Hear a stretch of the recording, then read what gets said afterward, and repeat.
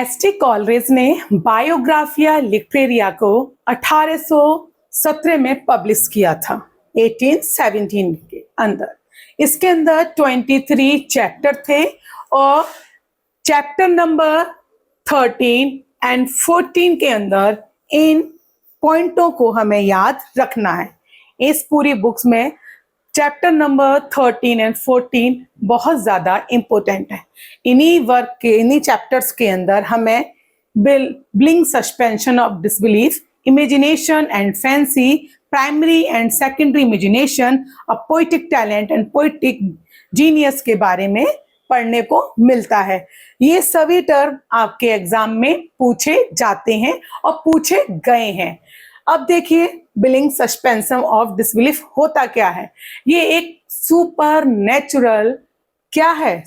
Natural imagination है, यानी कि वो कल्पनाएं जो आम इंसान नहीं सोच सकता।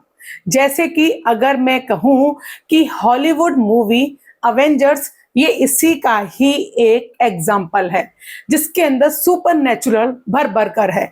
जब सब लोग वहां पर एक फिक्शन लिख रहे थे, यानी कि वो टाइम फिक्शन लिखने का था, तब उस समय एसटी कॉलेज ने नेचुरल इमेजिनेशन यानी कि इमेजिनेशन की नींव रखी, जिसके अंदर भूत प्रेत एक ऐसे सुपर नेचुरल वो चीज दी जो शायद कल्पनाओं से परे थी, लोग सोच ही नहीं सकते थे। उनको उन्होंने अपनी बुक में लिखना शुरू किया। अब इमेजिनेशन एंड फैंसी क्या होता है? इमेजिनेशन यानी कल्पना में आप कुछ भी कर सकते हो। मैंने कहा कुछ भी कर सकते हो, हाथी के पंख लगा सकते हो, आप अपनी कल्पनाओं में उसको भी उड़ा सकते हो। ये सुपर नेचुरल जिसमें आप अपनी कल्पनाओं में हाथी को पंख लगाकर उड़ा सकते हो, लेकिन दोनों की प्रॉपर्टीज अलग हैं। जैसे कि वो पक्षी तो सिर्फ उड़ने के लिए और हाथी सिर्फ चलने के लिए, लेकिन आप अपनी कल्पनाओं में दोनों को एक मर्ज करके उड़ा सकते हो, जो संभव नहीं है। फैंसी क्या है? फैंसी इसी इमेजिनेशन का पार्ट है, जो आपकी मेमोरी में हमेशा एक नया सोचता रहता है। शायद मैं उड़ना शुरू कर दूं, मैं चिड़ियों की तरह से खुले आसमान में उड़ूं। ये सब क्या है? इमेजिनेशन और फैंसी का ही पार्ट है। उसके बाद प्राइमरी एंड सेकेंडरी इमेजिनेशन होती क्या है? देखो, प्राइमरी इमेजिनेशन तो हर एक इंसान के पास है।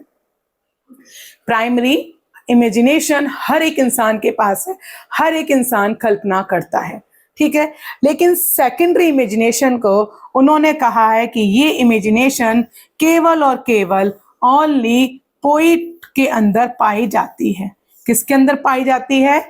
ये इमेजिनेशन केवल पोइटिकों के अंदर पाई जाती है। मतलब जो ये सेकेंडरी इमेजिनेशन है वो पोइट ही कर सकते हैं। उन्होंने इसलिए कहा कि जब एक पोइट अपनी कविता लिखता है तो अपनी इमेजिनेशन में इतना खो जाता है, शायद ही कोई आम इंसान उसके बारे में सोच सके। मैंने क्या कहा? कि शायद ही कोई एक इंसान उस कल्पना के बारे में सोच सके। तो इसीलिए एसटी कॉलरेज ने प्राइमरी इमेजिनेशन तो कहा है कि वो सभी मनुष्य के पास है, लेकिन secondary imagination only and only poet के पास होती है।